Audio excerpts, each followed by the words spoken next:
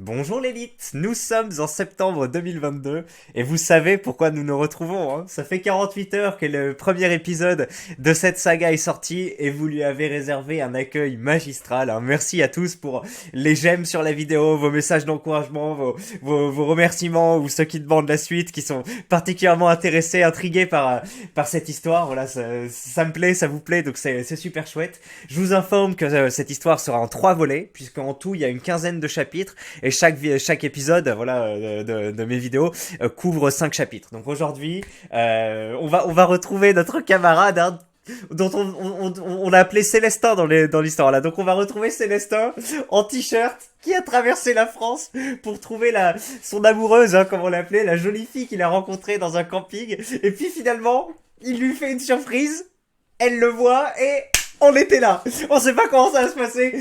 Et mais c'est maintenant. On commence la première vidéo d'introduction, c'était pas mal. On était plongé dans le bain. Mais là, c'est là qu'on rentre dans le dur, hein. Donc, je pense que vous étiez excités, hein. Vous étiez un peu triste que je coupe la vidéo au moment du pinacle, mais vous inquiétez pas, là, c'est tout de suite. Donc, c'était chouette. Allez. Continuez à mettre des j'aime sur la vidéo. Voilà, je déclencherai l'épisode 3, quel que soit le nombre de j'aime, mais c'est toujours sympa qu'il y en ait. Et écoutez, j'envoie un petit générique. Et on se retrouve dans 20 secondes pour le chapitre 5 retrouvailles avec la chère fille. Allez, à tout de suite et merci.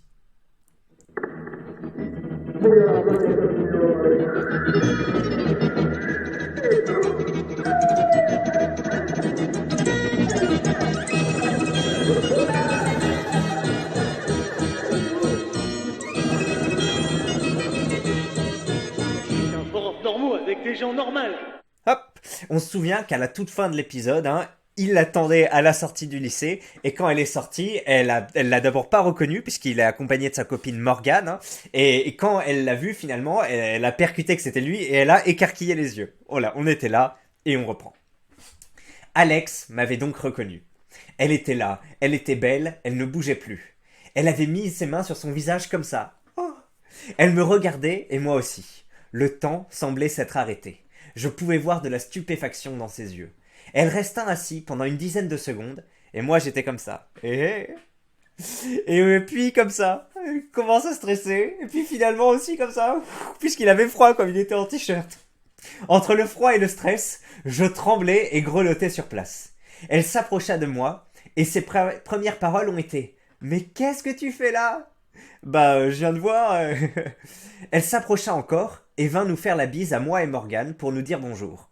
Elle commença par Morgane. Ça annonçait déjà la couleur. Ensuite, elle me fait la bise à moi. Elle sentait bon, elle était belle. Je la voyais enfin en vrai, 2 ans et demi après l'avoir rencontrée. Et oui, pendant ces 2 ans et demi, ils ont beaucoup échangé par MSN, par texto, tout ça, mais ils s'étaient pas vus, pas revus. Mais elle était stressée, et moi aussi. Le malaise ne s'est pas fait attendre longtemps. La conversation tournait au ridicule. Ah, ça va depuis le temps? Oui, et toi? T'es venu en train? Oui, 10 heures de voyage. Bon, désolé, je dois te laisser, ma mère m'attend. Ah oui, t'inquiète, pas de souci. Attends, quoi? Quoi? Merde! Ça a duré 30 secondes grand max et encore je suis gentil! Vous vous rendez compte? Cette rencontre complètement nulle! Le gars s'est tapé le truc, il l'a attendu dans le froid avec le t-shirt et tout, elle le voit 20 secondes, elle élude le truc, mais bon salut, allez, on décale! Incroyable! Morgane m'avait prévenu qu'elle rentrait soit en bus, soit avec sa mère, donc d'un côté je m'y attendais, mais je pensais pas que ça allait être aussi expéditif. Du coup, je me retrouvais là avec Morgane.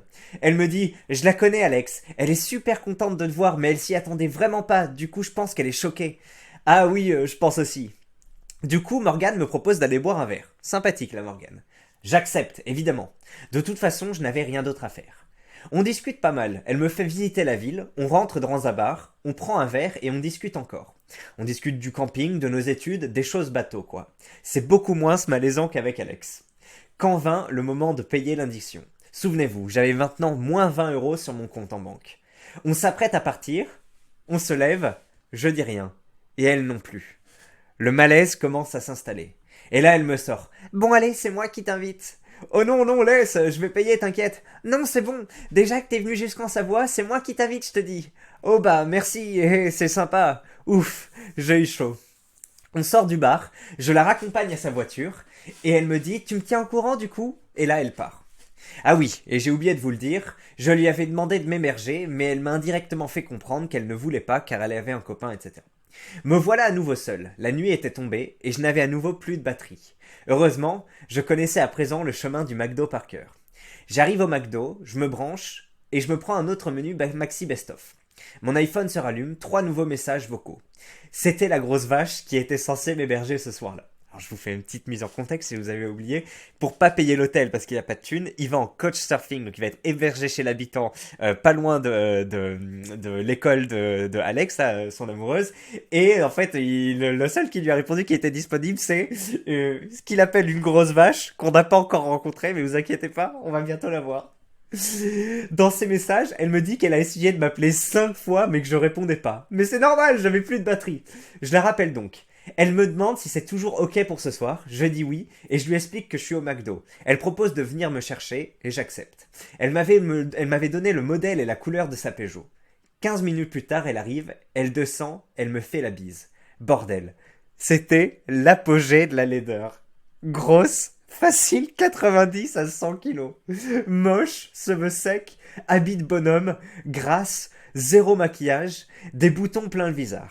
Mais bon, on s'en fout. Au moins, elle m'évitait de payer 70 € par nuit d'hôtel. Je m'apprête à monter dans sa voiture. Elle monte genre 2 secondes avant moi. Et là, je vois la voiture qui s'abaisse de 10 centimètres. Les suspensions en PLS face à une telle charge. Le bas de caisse qui prie le ciel chaque seconde pour pas se faire chacuter par un donan. On commence à discuter. Elle me demande ce que je viens faire en Savoie. Je lui dis que je viens voir ma copine. Et là, elle m'explique qu'elle est chef de chantier. Ce bonhomme, bordel. On arrive à son appartement, qui avait d'ailleurs la vue sur le lycée d'Alex. Je descends, elle descend, et la voiture se rehausse de 10 centimètres. On monte les escaliers, on rentre dans l'appart, c'était petit. Elle me présente le peu de pièces qu'il y a. Je vois qu'il n'y a qu'une seule chambre. Elle m'explique finalement que je dormirai dans le salon sur un matelas. Mais elle me dit ça en mode hé hé non, on dormira pas ensemble. Mais quoi? Non mais t'as vraiment cru que j'avais envie de dormir avec toi? De toute façon, à deux, on passe même pas dans ton lit. Elle me dit aussi. Alors, quelle voix je vais prendre? Ici, il y a plein de choses à manger, tu fais comme chez toi. Bordel, vu ton poids, je veux bien te croire qu'il y a à bouffer chez toi. Elle me dit, tu veux manger un truc? Non merci, j'ai déjà mangé un McDo. Du coup, elle a mangé toute seule. Et moi, je regardais la télé. C'était putain de malaisant. J'avais hâte qu'elle aille se coucher. Vous vous demandez sûrement si j'ai reparlé à Alex depuis par message. Eh bien non. J'attendais qu'elle le fasse en premier. La grosse allait se coucher, j'en profite pour charger mon portable et pour choper le code Wi-Fi sous la box. Je m'allonge sur mon matelas de prolo, je checkais Facebook, Insta, etc. Quand, quelques minutes plus tard, je reçus un SMS d'Alex. C'était un long pavé. Suite? Bien sûr la suite, on va la lire juste après. Juste, qu'est-ce que je me disais? Oui, on voit quand même que c'est un malotru. On voit quand même que c'est un malotru. Par exemple, quand la grosse qui l'héberge comme ça, même si elle est disgracieuse, etc., elle mange toute seule et lui il regarde la télé. Enfin, je sais pas comment le truc s'est installé, mais il aurait pu, voilà, un minimum de sympathie. Tu te forces, même si elle est désastreuse à regarder. Voilà, tu te forces pour lui tenir compagnie. Elle fait pas ça, on va dire que gratuitement. Donc bon, voilà. Mais de toute façon, l'histoire date d'il y a 12 ans. Donc, allez, continuons. Ça, c'est une image, c'est une photo enfin, de quelqu'un qui ressemble à Alex. Il nous dit c'est pas Alex, mais c'est quelqu'un qui lui ressemble fortement. Voilà, je vous laisse voir. Effectivement, elle est jolie, elle est mignonne. Allez, on continue. Bon, après toutes ces péripéties, on reprend tranquillement. Et voilà, voici un sticker d'Alex qui lui ressemble très fortement en meilleure qualité. C'est la photo que je vous ai montrée. Chapitre 6, et comment s'appelle ce chapitre 6? Désillusion. Aïe, ça annonce la couleur. J'ai oublié de vous préciser 2 choses dans le chapitre précédent. Pendant que je discutais avec Morgane au bar, elle m'avait dit qu'Alex lui parlait souvent de moi, que je lui plaisais beaucoup, et qu'elle avait hâte de me revoir. Aussi, lors de mes retrouvailles avec Alex au lycée, je n'avais pas oublié notre promesse, mais je me doutais bien qu'elle allait pas m'embrasser devant tout le monde et tout son lycée. J'étais donc chez la grosse qui m'hébergeait, et je venais de recevoir un long pavé d'Alex, je craignais le pire. Ah oui, en général, qui dit long pavé dit problème. Ça date d'il y a 3 ans, donc je n'ai plus la discussion sur mon iPhone, sinon je vous l'aurais publié. Ah, ça aurait été bien ça. En gros, elle m'expliquait qu'elle était super contente de me revoir, qu'elle ne s'y attendait vraiment pas et qu'elle était choquée et déstabilisée. Ce que je peux comprendre. Cela dit, je voyais beaucoup de 3 petits points dans ces phrases, et ça annonçait rien de bon. Effectivement, le retournement de situation ne s'est pas fait attendre. Je tenais aussi à te dire quelque chose, car je ne veux pas te mentir. Oui, oui, oui. Vas-y. En fait, il y a un garçon qui me plaît beaucoup au lycée. Pourtant quoi? Bordel. Non. 100 kilomètres. 10 heures de trajet. 160 € de payé. Moi qui grelotte en t-shirt. Une préparation de plusieurs jours pour apprendre qu'elle est finalement en kiff sur un autre mec. Non. Après 2 ans et demi et quasiment à parler tous les jours à distance. Mais qu'est-ce que c'est que ça? Et moi j'étais là, dans l'appartement d'une grosse truie, il me restait encore 3 jours entiers à passer dans une ville où je connaissais personne. Avec moins 20 € sur mon compte en banque, donc pas de possibilité de s'échapper. Et sans logement pour le dernier jour. Putain, cette PLS monumentale. Vous vous rendez compte, le truc? Bloqué, sans argent, sans vêtements, il est en t-shirt, il a fait tout ça, et en plus, toutes ces expectations, toutes ces attentes, qui rencontre un mur dès le premier jour, et il se dit merde, oh là là, retour, come back to reality, comme dit Eminem. Oh là là, retour à la réalité. Évidemment, elles essayent de se rattraper en me disant « Mais c'est super sympa d'être venu, ça me fait trop plaisir, smiley bisous ». Je ne savais plus quoi penser, j'étais effondré. Comment était-ce possible? Toutes nos sessions en caméra, Morgane qui me dit rien, ça ne pouvait pas être vrai. Je vais apprendre par la suite que Morgane n'était pas au courant que Alex était amoureuse. Cela dit, je n'oubliais pas notre promesse. Une promesse est une promesse après tout. Puis on avait tellement insisté sur cette promesse dans nos discussions que je pouvais pas repartir de sa voix sans l'avoir concrétisée. On se souvient? C'est la promesse de s'embrasser quand ils se revoient. Il s'en était encore reparlé récemment. Il se dit, même si t'es marié plus tard, etc., si on se revoit, on s'embrasse. Voilà. Ils étaient en mode, comme il disait, un peu comme en mode maternel, mais bon, voilà. D'ailleurs, on avait tellement insisté qu'on s'était même promis que si l'un d'entre nous était en couple le jour où on se reverrait, on devait quand même s'embrasser. Alex, quant à elle, devait tellement culpabiliser de m'avoir fait faire autant de kilomètres pour un stealth stop qu'elle se sentait obligée de se rattraper. Elle me sort. J'ai demandé à mes parents, ils veulent bien que tu viennes manger à la maison demain. Non mais bordel, c'est déjà assez malaisant de te voir, ça va l'être encore plus de voir tes parents, et tu veux qu'en plus je me ramène en sachant que t'es en kiff sur un autre mec? Je savais pas quoi faire. Je voulais à tout prix, éviter un malaise de plus. Mais si je refusais, c'était fini de chez fini. Je l'aurais vexé, et on se serait sûrement pas revu des 3 jours. Ma mère qui m'envoie un SMS. Alors Célestin, ça s'est bien passé les retrouvailles avec ta copine? Oui, oui, très bien. Qu'est-ce que j'aurais raconté à mes parents et à mes potes si j'arrêtais l'aventure dès le premier jour? Je décidai de ne pas me laisser abattre, j'accepte donc l'invitation. J'appréhendais déjà la journée du demain. La grosse était partie dormir. Le lendemain, elle se levait tôt. Elle était chef de chantier. Elle m'avait montré dans quel placard je pouvais prendre à bouffer. Elle m'avait aussi donné une clé de l'appartement. J'ai eu du mal à dormir ce soir-là, en sachant ce qui m'attendait. Le lendemain matin, je me lève, je prends 2-3 trucs à bouffer dans les placards. Je regarde par la fenêtre et il y avait de la pluie. Bordel, j'étais en t-shirt, souvenez-vous. Avec Alex, on avait convenu qu'on se retrouvait devant les grilles de son lycée à 12h05. Je pouvais voir les grilles du lycée depuis l'appart de la grosse, mais il n'y avait rien pour s'abriter devant. J'aurais pu attendre qu'elle sorte, mais le temps que je la vois sortir, que je ferme l'appartement, que je descende de l'immeuble et que je marche jusqu'au lycée, ça prenait genre 5 minutes et je voulais pas la faire attendre. Arrivé midi pile, je commence à stresser. Je ferme l'appart, je sors, je me rends jusqu'au lycée, je commence à attendre. Bordel, tout le monde était en imperméable, veste à capuche, grosse doudoune, certains en bonnet, et moi j'étais le seul con en t-shirt. En plus, j'avais des cheveux mi-longs, mi-undercut, mi-long undercut. Sauf que là, j'étais en mode, et là, regardez, il met une petite photo de, comment il s'appelle, de Clint Eastwood sous la pluie, voilà. En gros, il avait un petit style soigné, mais avec la pluie, ça faisait un peu pitié. Les gens qui me regardaient bizarre, genre d'où il sort lui avec son t-shirt. J'attends encore, elle avait du retard. Et là, elle arrive. Salut, dit-elle avec un sourire, tout en me faisant la bise. Suis-moi, ma mère s'est garée là-bas. Ouais. Je vois la voiture, elle monte devant, je monte derrière. Je vois sa mère qui se retourne. Bonjour. Bonjour, Sweet? Eh oui, la suite, on va bien sûr voir la rencontre avec les parents. Chapitre 7, repas de famille. J'étais donc en route vers la maison d'Alex. Bordel, imaginez-vous que je n'avais pas parlé avec Alex plus de 30 secondes depuis mon arrivée en Savoie. On n'avait même pas pu prendre le temps de se poser et de discuter de tout ça, et d'en même temps essayer de réduire le malaise entre nous, que je me coltinais déjà sa mère. Pour l'instant, j'avais juste dit bonjour, elles ont commencé à parler entre elles. Et moi j'étais là derrière, je disais rien. Elles continuaient à parler de leurs trucs perso, de gens que je connaissais pas. Et moi j'étais toujours derrière, j'écoutais, mais personne ne m'adressait la parole. J'étais pas du tout intégré. Complètement exclu de la discussion.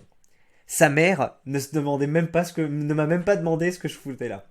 En même temps, un inconnu barbu de 20 piges qui fait 1000 kilomètres pour rendre visite à sa fille de 17 ans qu'il a vue qu'une fois dans sa vie, il y a de quoi se poser des questions. Mais quand même, elle aurait pu faire un effort. Au moins, elle aurait pu me demander si ça allait, si le voyage s'était bien passé, ce que je fous là, quoi. Non, rien. 5 minutes de voiture environ, et personne ne m'a parlé. Même pas elle m'a demandé ce que je foutais trempé en t-shirt. Quand tout d'un coup, sa mère me dit « Tu manges avec nous du coup ?» Pardon? J'espère bien que je mange avec vous, ouais. Manquerait plus que je vous regarde bouffer. Enfin non, j'ai pas répondu ça. La petite anecdote, vous savez, j'ai fait une vidéo sur la Suède il y a pas longtemps parce que en Suède, quand par exemple tu reçois un ami de ton enfant, donc voilà, ton enfant il a 10 piges et il y a un enfant de 10 ans qui vient dormir à la maison et que donc il dort à la maison, et ben le lendemain, culturellement, c'est genre accepté que tu lui donnes pas à manger le petit-déj ou le repas du soir. C'est genre tiens on mange et t'invites que ton fils à manger et le pote de ton fils il attend dans la chambre comme ça. J'avais lu plusieurs témoignages, donc bref. S'il faut, ils étaient d'ascendance suédoise et pour eux c'était en mode vas-y bah tiens on va manger et le mec il est là tranquille, oui d'accord, personne lui file de plat.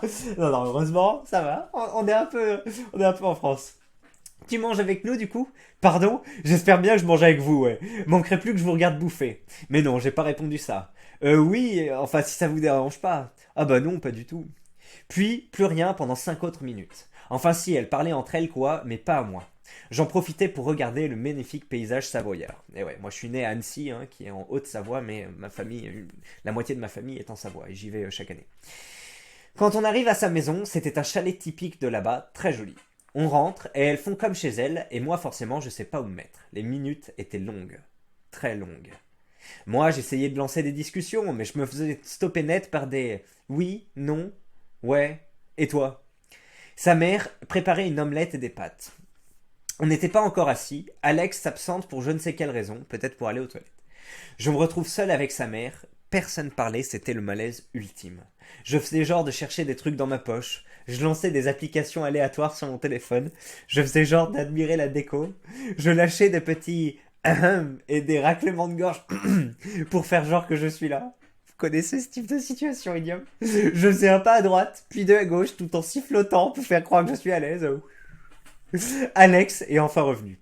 On s'installe pour manger, et là, les discussions allaient un peu mieux, car on parlait essentiellement de moi, études, etc. Et je faisais en sorte de bien développer chacune de mes phrases tout en réfléchissant au sujet d'après, afin d'éviter un maximum les blancs. C'est une technique masterclass. Alors, de quoi? De développer tes phrases, ok, de parler un peu au ralenti pour te dire, ok, après, qu'est-ce que je peux aborder comme sujet, etc. Ok, c'est vrai.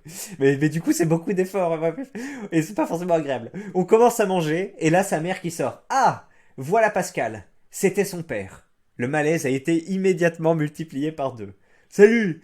T'es qui toi? Bonjour, je suis un ami de Alex. Il s'installe avec nous, il allume la télé. C'était François Hollande sur BFM TV. Alors déjà, je sais pas si votre famille, si vous avez des parents ou vous, enfin vous, si vous êtes tout seul, oui, mais quand on est plusieurs et allumer la télé comme ça quand on mange, on va dire que c'est le reflet d'une certaine classe sociale. Bref, de Dieu, il ferait mieux de fermer sa gueule, celui-ci. Tu vas voir quand Le Pen, elle va arriver. T'as vu le braquage à sur Perrette encore hier soir? Toujours les mêmes, 20 Dieu. Je te foutrais ça dehors, moi.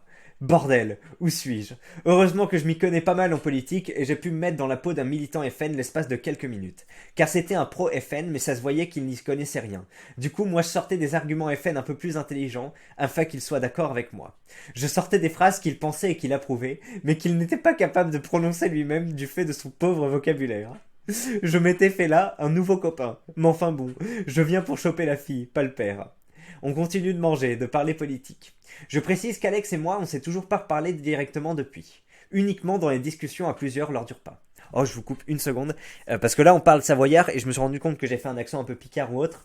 J'aurais dû faire l'accent savoyard que je connais. Alors je vais vous le faire un peu quand je vais parler, puisque j'ai de la famille qui fait comme ça. Que je connais un peu, ils parlent un peu comme ça les Savoyards.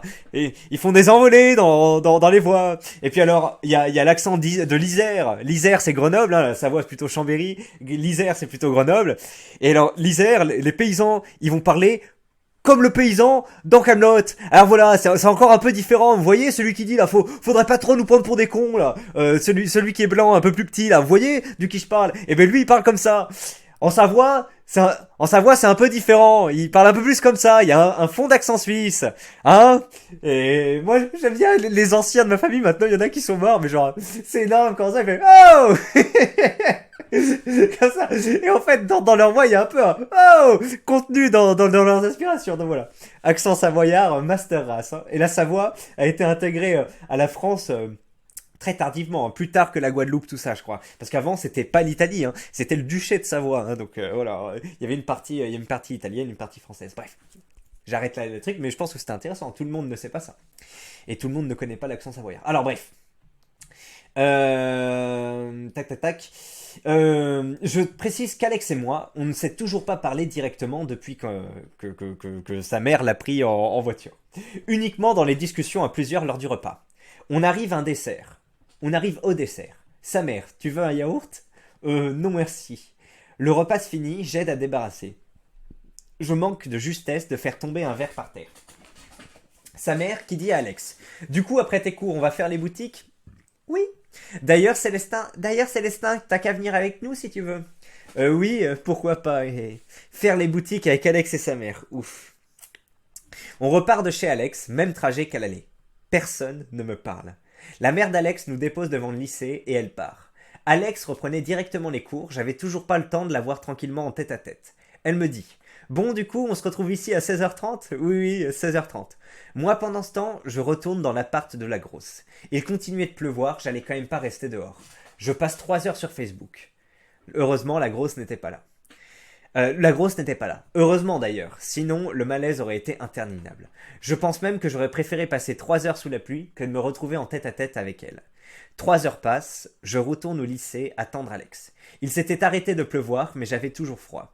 La sonnerie du lycée qui sonne, Alex qui sort et qui me lâche un re et re. Sa mère attendait toujours au même endroit qu'à midi. On rentre dans la voiture et on part. Une bonne session enfin de shopping en famille nous attendait. Sweet. Eh oui, sweet. Voilà. Non, le repas avec le père était pas piqué d'un tour. Et même le niveau de politesse de la famille comme ça qui fait aucun effort pour l'intégrer. Lui, c'est le malaise. Il vient de tout traverser. Il a pas de thune. La meuf lui a mis un stop et en plus après il se tape ces moments où il est complètement immobilisé. Les seuls moments où il arrive un peu à sortir du malaise, c'est quand il discute vite fait politique avec son père. Enfin, je pense que comme moi vous êtes plongé dans un malaise, dans un malaise improbable. Qui me rappelle d'ailleurs cette vidéo, je vais vous la passer que 1 ou 2 secondes. Vous connaissez, ça fait partie des émissions Striptease, qui était je crois un programme d'Arte, où on filmait des tranches de vie de personnes, souvent ouais, classe populaire ou qui avaient des projets en tête un peu fous, qui avaient quelque chose voilà de spécial. Soit c'était des gros perdants, soit ils avaient une conception de la vie un peu différente autre. Et là, je crois que c'est un épisode de striptease sur des fermiers, un peu comme dans L'amour et donc des agriculteurs dans L'amour et dans le pré, qui rencontrent des jeunes femmes russes jolies, qui elles pensent qu'elles vont rencontrer des Français, voilà, puisque pour échapper à la misère ou autre, et du coup ils sont mis en relation, et elle est intronisée dans cette famille de paysans français qui font des efforts pour l'intégrer mais qui parlent pas anglais, qui sont pas très riches, le fils est pas très beau, et enfin bref, et donc il y a des effets il y a des passages qui sont très connus, notamment cette vidéo, alors je vous la mettrai peut-être en description, qui s'appelle Tu veux du fromage. Ça dure qu'1 minute 26, alors qu'en vrai, tout le truc doit durer, je sais pas, une vingtaine de minutes, je pense, le reportage réel. Et bah là, je vous passe juste la phrase qui est la plus connue, c'est là où il y a la femme russe qui est là, malaisée, et il y a les ancêtres, enfin les anciens, pardon, qui essayent de l'intégrer, qui dit fromage, tu veux du fromage? Alors je vous le passe. Fromage? Tu veux du fromage? Non? Oui? Non. On n'a pas compris. Non, on n'a pas compris, c'est rien. Voilà, et ça c'est le camarade d'ailleurs. Hein. Les rageux ou pas rageux, même sans être rageux, on pourrait dire effectivement, on a le même type de menton. Hein. Avec le camarade, et finalement ça se terminera mal d'ailleurs leur histoire, enfin elle va retourner en Russie je crois. Voilà, c'était tout. Le niveau de malaise de la jeune fille me rappelle un peu celui de notre camarade Célestin. Allez, on attaque l'avant-dernier chapitre de la vidéo du jour, qui s'appelle Shopping en famille. C'est le chapitre 8/15. Nous étions donc partis faire les magasins. Le lycée d'Alex était en ville et les magasins aussi, ça réduisait le temps de trajet et donc le malaise en voiture. Environ 3 minutes de voiture, le temps de se garer. Je pense qu'il est inutile de préciser que personne ne m'a parlé durant ces 3 minutes. On était presque arrivés. Alex qui dit « Tu connais Jennifer ?» Gros blanc dans la voiture. « Célestin, tu connais Jennifer ?» Hein, quoi? On m'a parlé? Bordel, en fait, il y avait eu un gros blanc parce que cette question m'était destinée. Moi, je pensais qu'elle parlait à sa mère, comme d'habitude. Mais non, c'était à moi qu'elle demandait ça. Je réponds, Jennifer, non, je connais pas, c'est qui? Mais non, c'est personne, c'est un magasin, hihi. Bordel, qu'est-ce que j'ai fait pour mériter ça? Personne ne me parle, et quand enfin quelqu'un m'adresse la parole, j'arrive à créer un quiproquo. Ah non, je connaissais pas. Sa mère qui rigole, genre limite elle se fout de ma gueule. Ah là là. Mais bordel, qu'est-ce que j'en ai à foutre de Jennifer? On arrive sur un parking rempli, sa mère qui se gare sur une place handicapée. Mais c'est quoi cette famille? Je ne sais pas si elle était vraiment handicapée, ou bien si elle s'était garée là car il n'y avait plus de place ailleurs.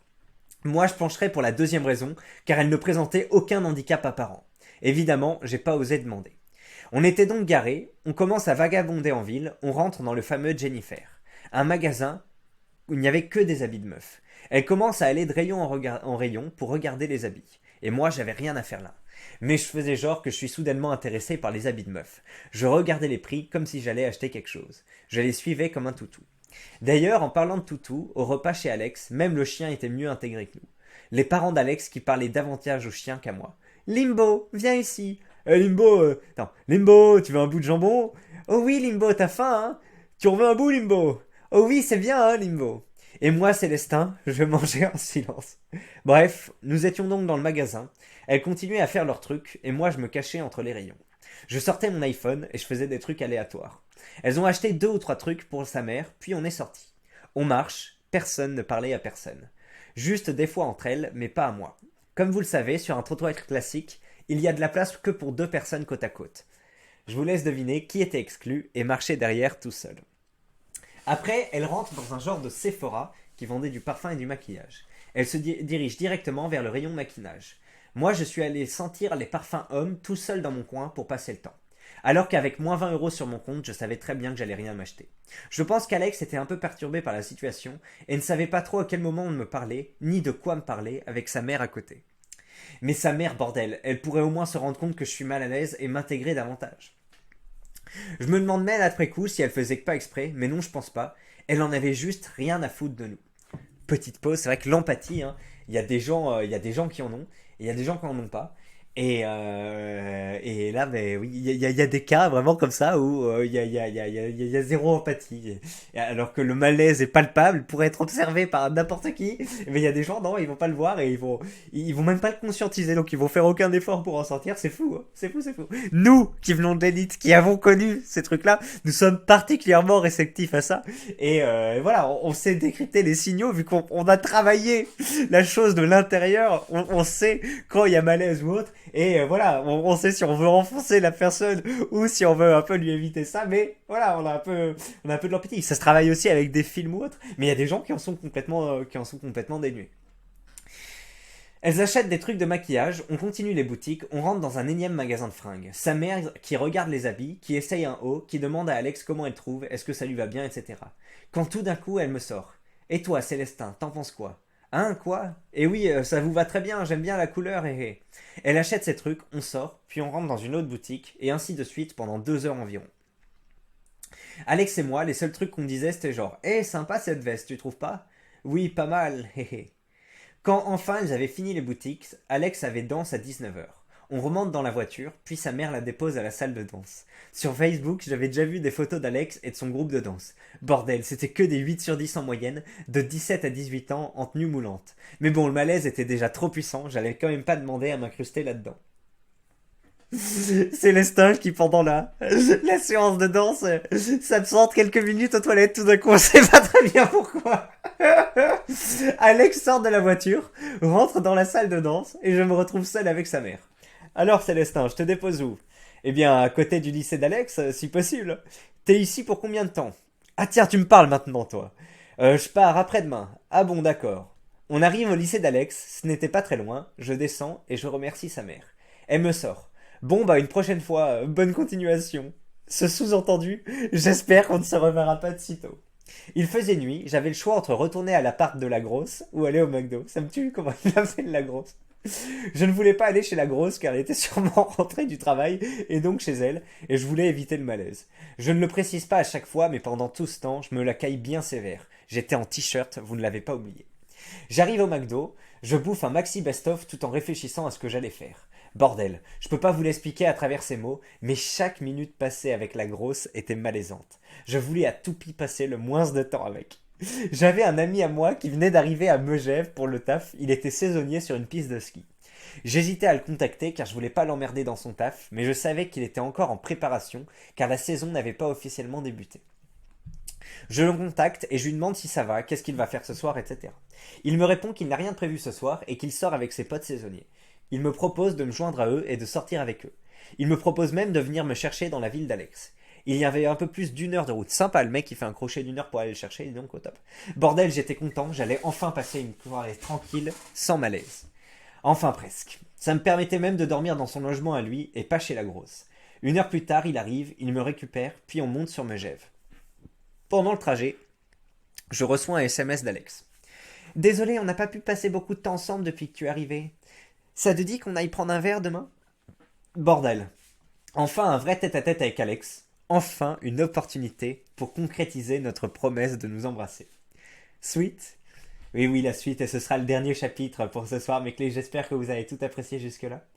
Je voulais dire un petit truc. Oui, en 2018, quand j'ai rencontré une femme, moi, vous savez que je suis très anti-consumériste. Hein. Le marketing, acheter des marques, dépenser de l'argent pour des trucs un peu futiles et tout, c'est compliqué. Et donc, quand j'ai rencontré ma femme, j'étais encore beaucoup sur ce logiciel. C'est difficile pour moi de penser, de me dire tiens, je vais offrir un truc inutile, un cadeau, tu vois, genre des vêtements ou autre, alors qu'elle a, genre moi, si t'as déjà des vêtements, t'as pas besoin d'en offrir, bon, bref. Et donc, j'étais vraiment pas dans cette disposition mentale, et elle, bon voilà, c'est une femme, hein, mais elle vient du Cambodge, un peu de la campagne et tout, elle aime bien aller faire les courses, tout ça, et c'est vrai que j'avais accompagné faire du shopping pour la première fois, et que moi j'étais pas du tout intéressé, je faisais aucun effort, etc. Et c'est un peu changé maintenant qu'on est en France. Parfois, je l'accompagne au centre commercial ou autre. Et oui, bah c'est un peu un jeu. Bon, c'est pas hyper constructif. Puis en plus, tu te dis, je dépense de l'argent ou autre. Mais t'es là, tu l'aides à choisir des vêtements ou autre. Bref, je sais pas pourquoi je voulais dire ça. C'est juste que ça m'est venu en tête. Je me suis dit, j'en parlerai peut-être plus jamais en vidéo. Donc voilà, l'occasion d'aborder ça avec vous. Vous inquiétez pas, je commence maintenant le chapitre 9 qui s'appelle La grosse vache en PLS. On va voir pourquoi. Alex me proposait donc un verre en tête-à-tête le lendemain. J'accepte, bien évidemment. C'était l'occasion ou jamais de concrétiser notre promesse. Pendant ce temps-là, mon pote de Megève était sur la route pour venir me chercher. Une heure plus tard environ, il arrive et me récupère. Bordel, ça faisait du bien d'avoir enfin un pote à mes côtés. Et ça, je peux le dire, hein, on a connu des situations. On est tout seul à une soirée, enfin surtout moi, parce que je suis facilement malaisant en fait. Moi, je sais pas si vous voyez, hein, je suis un peu un zébulon ou autre. D'ailleurs à la boxe là, j'ai réussi à me tenir pendant à peu près un an. Mais là, et puis si à ma femme en plus, je me comporte mieux, voilà. Mais en fait, dès que je suis livré à moi-même, je fais des trucs débiles. Je vais sauter, je vais dire de la merde. Voilà, voilà, je sais pas comment vous dire ça, mais je papillonne et tout. Et en soirée, c'est un peu pareil. Et surtout si je me dis putain, je me fais chier et tout. Genre moi, quand je danse pas normalement. Je danse et je fais des mouvements de boxe en fait. Donc ça n'a aucun sens. Donc parfois ça amuse les gens ou autre.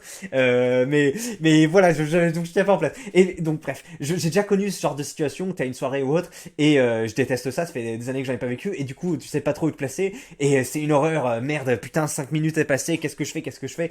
Et finalement t'as un pote qui arrive. Oh bordel, enfin tu peux discuter avec lui. T'es peut-être plus seul avec ton truc. Tu discutes avec les gens, mais t'es pas dans la même disposition qu'eux et autres. Donc bref, et là c'est ce qui nous fait ressortir. Il est dans cet état-là depuis 2 jours. Merde, qu'est-ce qui se passe? Déconvenu en déconvenu, il est isolé. Enfin, le temps passe lentement.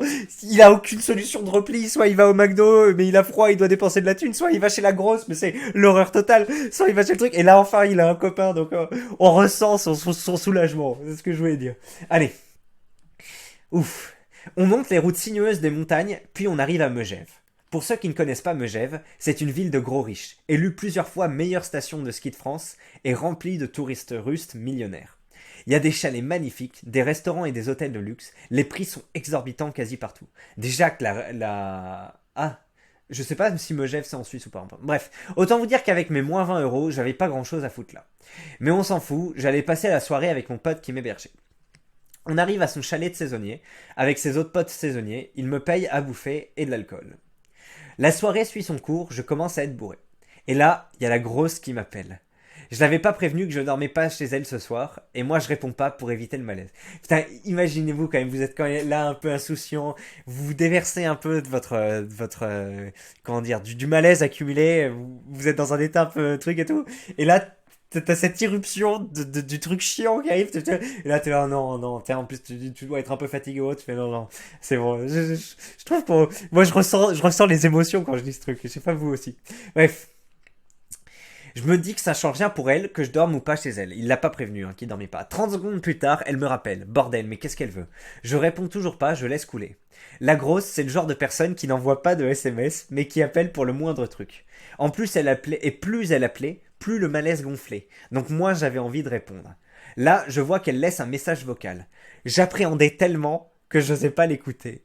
Puis elle me rappelle encore, puis laisse à nouveau un message vocal. Cette fois, je me dis, allez, c'est peut-être important, je vais écouter ça. Bordel. Célestin, si tu pouvais répondre, s'il te plaît. Ça fait 4 fois que j'essaye de te joindre et tu réponds pas. J'ai oublié mes clés dans l'appartement en partant ce matin et t'as fermé derrière moi. Je voulais savoir à quelle heure tu comptais rentrer car j'attends dehors. Merci de me rappeler dès que tu peux. Bordel. La grosse était coincée dehors et ne pouvait plus rentrer chez elle. La grosse qui m'héberge gratuitement par couchsurfing, qui se retrouve à elle-même faire du couchsurfing pour pouvoir dormir ce soir. Bordel, comment j'étais mal à l'aise devant ce message vocal. Oui, puis en plus t'as un grand enfoiré, attends, elle est bloquée, elle peut pas rentrer chez elle, enfin, c'est quoi ce niveau, c'est un truc d'enfoiré. En fait, quand elle est partie le matin au boulot, moi j'étais encore en train de dormir. Du coup, elle a dû se dire inutile de fermer la porte puisqu'il est à l'intérieur. Et elle a oublié de prendre ses clés en partant. Elle m'appelle donc pour me demander où je suis, sauf que, manque de chance, moi j'étais parti à Megève à 1 heure de la ville, et donc de chez la grosse. Et en plus, je l'avais pas prévenu. Putain, j'étais vraiment pas à l'aise, je pensais ne jamais retourner la voir pour éviter le tête-à-tête avec elle, sauf que j'avais les clés de son appart, et donc il fallait un moment ou l'autre que je lui rende. Je décide de lui envoyer un SMS en lui expliquant que je suis parti à plus d'1 heure de chez elle, que tout le monde a consommé de l'alcool, et donc que personne ne peut conduire, et que d'où je suis, je capte mal, et c'est pour ça que je répondais pas. Elle me rappelle direct. Je réponds pas. Lâche. Lâche. Elle me laisse un message vocal en me disant « Bon, c'est vraiment pas cool de ta part, mais tant pis, je vais me débrouiller. » J'étais gêné de fou. J'appréhendais le moment où j'allais la revoir. Bref, le problème était temporairement réglé. Avec mes potes et les potes de mon pote, on décide de sortir en boîte à Megève. On arrive en face d'un genre de boîte cabaret, un truc qui faisait vachement VIP. Un peu trop VIP pour le bon prolo que je suis. Et là, il nous montre des photos du lieu. Donc ça, c'est chaleureux. Ça, c'est l'extérieur. Mais bon, clé s'appelle le Stefano Ristorante, si vous connaissez Megève. Vous voyez, ça, c'est l'extérieur. Et à l'intérieur, quand on entre, vous voyez, il y a un Mac, des petites statuettes et des petites moulures kitsch. Et un Mac, voilà, pour gérer les réservations ou autres. C'était donc au Stefano Forever, s'il y a des rails de Megève qui connaissent. On ne paye pas l'entrée car dans ce genre de boîte, l'entrée est gratuite et comme il n'y a que des riches qui vont là, ils se font leurs bénéfices sur les consos. On rentre et là je vois la gueule de la boîte bordel. Un cabaret avec des danseuses en petite tenue, comme chez Patrick Sébastien. Certaines même en très très petite tenue. Les mecs de mon groupe qui me disent « On se prend une bouteille ?» Je regarde les prix sur la carte. Ouch! 400 € la bouteille de vodka, 900 € la bouteille de champagne. Et là, moi, j'étais là, avec mes moins 20 €. Je fais clairement comprendre à mon pote que j'ai pas les moyens. Lui, il avait de la thune et il avait 4 ans de plus que moi. Il me dit pas de soucis, on va payer, t'inquiète. En plus, comme un des saisonniers du groupe travaillait là, ils ont eu un moins 50% sur la bouteille, mais Osef, c'était rien pour eux. Il n'y avait pas grand monde dans le cabaret, car comme je vous le disais, la saison n'avait pas encore débuté. Mon pote m'avait prévenu qu'il y avait beaucoup de Russes qui fréquentaient ces lieux. J'ai effectivement pu constater ça quelques minutes plus tard, où une jeune Russe bimbo 9 sur 10 de 20 ans vient m'accoster. Elle était en vacances avec ses potes et leurs parents probablement fortunés vu les bouteilles de champagne qui trônaient sur leur table. On discute vite fait en anglais, je me souviens plus de tout, j'étais bourré et j'ai pas réussi à la choper. La soirée s'est bien passée, c'était cool, on rentre chez mon pote, puis on dort. Le lendemain à midi, on se lève, on mange et il me ramène dans la ville d'Alex. L'après-midi, donc dans quelques heures, j'avais rendez-vous en tête-à-tête avec Alex pour aller boire un verre. Suite, nous demande-t-il. Et suite, vous demande-je. Et voilà. Est-ce que vous voulez la suite? Bien sûr, je pense, puisqu'on veut savoir le dénouement. Même s'il y a déjà eu des moments incroyables et qu'on sait finalement que, bon, sur le long terme, ça risque d'être compromis avec la petite. Il nous reste deux questions dans d'élucider. Est-ce qu'elle va tenir la promesse? Est-ce qu'ils vont s'embrasser? Et comment ça va se passer avec la grosse? Voilà. Donc c'est deux trucs. Il y a la sous-intrigue de la grosse qui commence à devenir très intéressante aussi. Donc cette parenthèse assez sympathique à Megève. Voilà, nous après ça, mais c'est retour à la réalité. Encore une fois, je recite Eminem, hein, snap back to reality. Ben voilà, c'est ça. Donc je pense que vous êtes excités comme moi pour la suite, mais bon clé. Je vous envoie je vous l'envoie, je sais pas, samedi, je pense. Samedi, encore une fois, voilà. Attendez 48 heures, vous avez votre suite, mais s'il vous plaît, partagez l'histoire si vous avez des gens à qui la partager, hein, sur Twitter ou autre, enfin, je sais pas, mais je pense que ça peut intéresser, ça parle un peu à tout le monde, ça, donc vous pouvez partager à des groupes de copains ou autres. Et surtout, aimer la vidéo. Voilà, ça serait sympa, hein, comme je vous l'ai dit, la chaîne, était sur le déclin, mais là, les 2-3 dernières vidéos, il y a eu un assez bon engagement, donc ça commence à reprendre, même si c'est pas les scores que j'avais avant l'été, mais voilà, n'hésitez pas à soutenir pour ça. Ça vous prend un peu de temps, mais c'est pas énorme non plus. Enfin bref, mes clés, que d'émotions hein, dans ce truc, mais on conclut l'arc, et il faudra dire au revoir à cette histoire. Pas forcément au revoir à Westbrook, parce que celui qui raconte l'histoire, il a fait d'autres Isitas, d'autres histoires, donc si vous en voulez d'autres, il a notamment hacké le jeu Dofus cette année, hein. Il y a 6 mois, il a trouvé un hack sur Dofus, et il pouvait déconnecter n'importe qui, même des streamers, il pouvait les déconnecter depuis son ordinateur, donc voilà, Westbrook c'est quelqu'un d'assez connu depuis le forum, on avait déjà parlé même sur mon Isitas au Cambodge ou d'autres trucs, donc je lui ai pas encore parlé là avec mon compte principal, mais ça se fera, donc bref. Merci pour l'accueil que vous donnez. J'espère que vous allez continuer à demander la suite, à mettre vos messages sympathiques et tout. Et moi, je vous dis à demain pour ceux qui regardent la vidéo de demain, qui sera sur un autre sujet, sans doute le Raptor, si j'ai le temps. Sinon, parce que voilà, c'est quand même un sujet long, le podcast du Raptor. Ce sera sans doute un autre sujet d'ailleurs. Sinon, à samedi pour le dénouement de cette histoire que vous attendez tous et que j'attends aussi parce que je l'ai pas encore relu et je sais plus comment ça se termine, est-ce qu'il va l'embrasser ou autre avec la grosse non plus, qu'est-ce qu'elle va lui faire, est-ce qu'elle va criser ou autre, enfin, bref, allez, salut les leads, j'ai